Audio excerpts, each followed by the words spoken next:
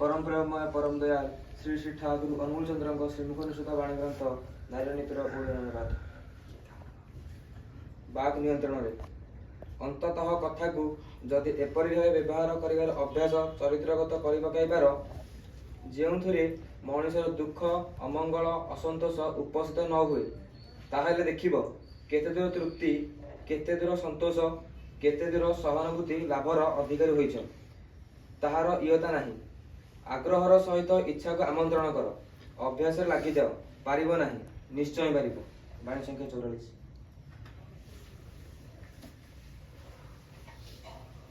परम ब्रह्म श्री श्री ठाकुर अनुकूल चंद्र श्रीमुख निष्कृत वाणी ग्रंथ शाश्वती ग्रंथर ओडिया अनुवाद पाठ। बंची था और बंचाई रख सुखरे था और सुखी कर यार तात्पर्य एक कथार धार्मिक हुओ जेपरि भाबरे ता होई हुए बा करा जाए ता ही कर। वाणी संख्या 127।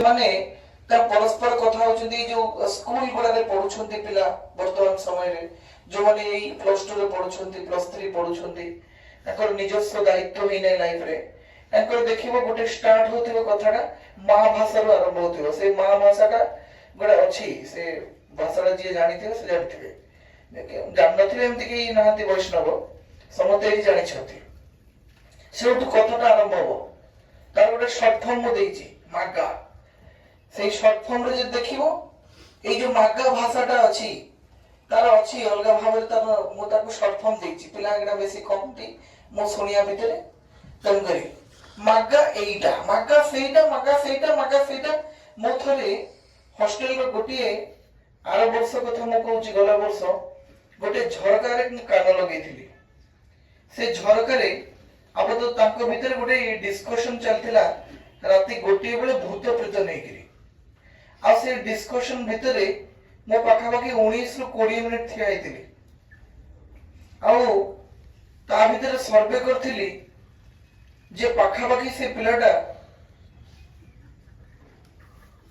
200 केते मने परफेक्ट मने पडुनी 200 र केते 200 र ऊर्ध्वतर से केवल 20 मिनिट भितर महाभाषा कहिछि तार जो स्टोरीटा कहउथला मो एपटे गोटे गोटे काउंटर गोटे गोटे थर कहउछि गोटे थर काउंटर मो गोटे गोटे थर मारुछि ता माने 20 मिनिट भितर जदी मो खाली 200 र ऊर्ध्व छाडी दियो से 10 15 छाडी दियो जे 200 थर 20 मिनिट हुए घंटा करे केते थर हुए ताले गोटे मां जन्म देबो ता छुआ को से छुआटा जन्म हेगिरी गोटे 12 घंटा भितरे यदि 12 लक्ष तर मां को गाली दउथिबो से मानव जन्म लाभ कोन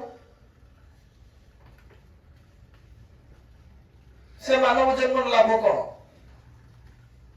जदि सेती थर नाम जप करथंते सतनाम को तले मुक्ति ही जानता कि सेती थर मां को गाली देगिरी मनुष्य कोन नरक को जाउछि ए जीवात्मार ए जीवर दुर्दशा ही जाउछि दुर्गति पालटी जाउछि कहना बाक नियंत्रण करे ठाकुर एडी कहउछन ना एपरि भाबरे अभ्यास कर व्यवहार करिवार अभ्यास कर जेउतरे मनुष्यर दुख अमंगल असंतोष उपस्थित न होए किंतु ए तो कदर्य भाषा एको बारंबार शब्द गुटे ब्रह्म शब्द ही सबरो सृष्टि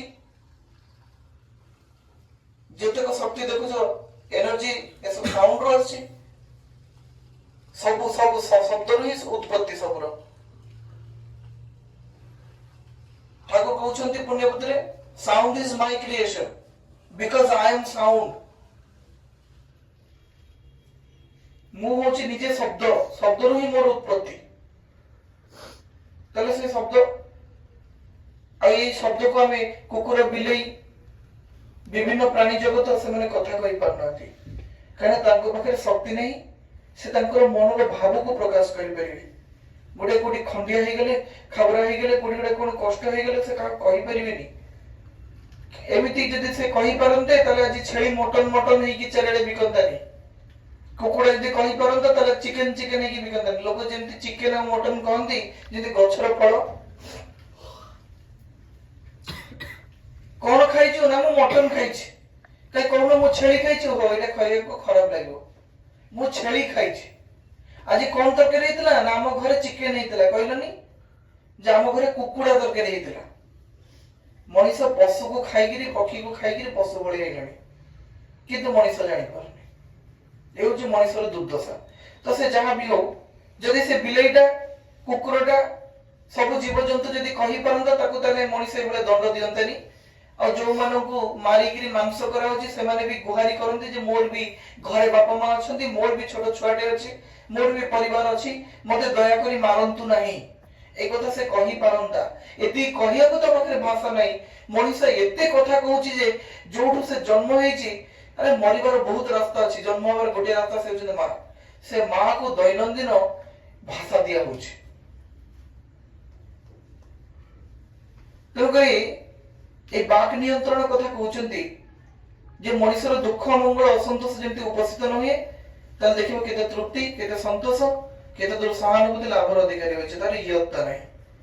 ସେଥିପାଇଁ କହୁଛନ୍ତି ଆଗ୍ରହର ସହିତ ଇଚ୍ଛାକୁ ଆମନ୍ତ୍ରଣ କର, ଆପାତତଃ ଚେଷ୍ଟା କର ଯେ ପ୍ରତ୍ୟେକ ଦିନ ଭଲ କଥା କହିବି। ବାଣୀ ସଂଖ୍ୟା 44 ଶାଶ୍ୱତୀ ଗ୍ରନ୍ଥର ଧର୍ମ ଅଧ୍ୟାୟରେ କହୁଛନ୍ତି ବାଣୀ ସଂଖ୍ୟା 187 ରେ ବଞ୍ଚିଥାଅ ଆଉ ବଞ୍ଚାଇ ରଖ। ଠାକୁର ଆଗରୁ କହିଛନ୍ତି ବଞ୍ଚିବା ବଢିବାର ମୂଳ ମର୍ମ ହଉଛି ଧର୍ମ। ଅନ୍ୟକୁ ବଞ୍ଚାଇ ନିଜେ ରହେ, ଧର୍ମ ବୋଲି ତାକୁ କୁହେ। ଧର୍ମରେ ସମସ୍ତେ ବଞ୍ଚନ୍ତି ବଢନ୍ତି, ସମ୍ପ୍ରଦାୟଟା ଧର୍ମ ନୁହେଁ। ତାମାନେ ବଞ୍ଚିବା ଆଉ ବଢିବା, ବିଙ୍ଗ ଆଣ୍ଡ ବିକମିଂ। ବଞ୍ଚିଥାଅ ଆଉ ବଞ୍ଚାଇ ରଖ। ଠାକୁର କହୁଛନ୍ତି ସମସ୍ତେ ବଞ୍ଚିବାକୁ ବଢିବାକୁ ଯେହେତୁ ଚାହାନ୍ତି, ନିଜେ ବଞ୍ଚିଥାଅ, ଅନ୍ୟକୁ ବଞ୍ଚାଅ। ସୁଖରେ ଥାଅ ଆଉ ସୁଖୀ କର। କେବଳ ନିଜେ ସୁଖୀ ରହିଲେ ହବନି, ସମସ୍ତଙ୍କୁ ସୁଖୀ କର। ଏହାର ତାତ୍ପର୍ଯ୍ୟ ଏକ କଥାରେ ଧାର୍ମିକ ହୁଅ। ଗୋଟେ ମଣିଷ ଯଦି ଧାର୍ମିକ ହବ, ସେ ନିଜେ ବଞ୍ଚିବ, ଆଉ ଜଣଙ୍କୁ ବଞ୍ଚିବାର ପଥ ପରିଷ୍କାର କରିବ।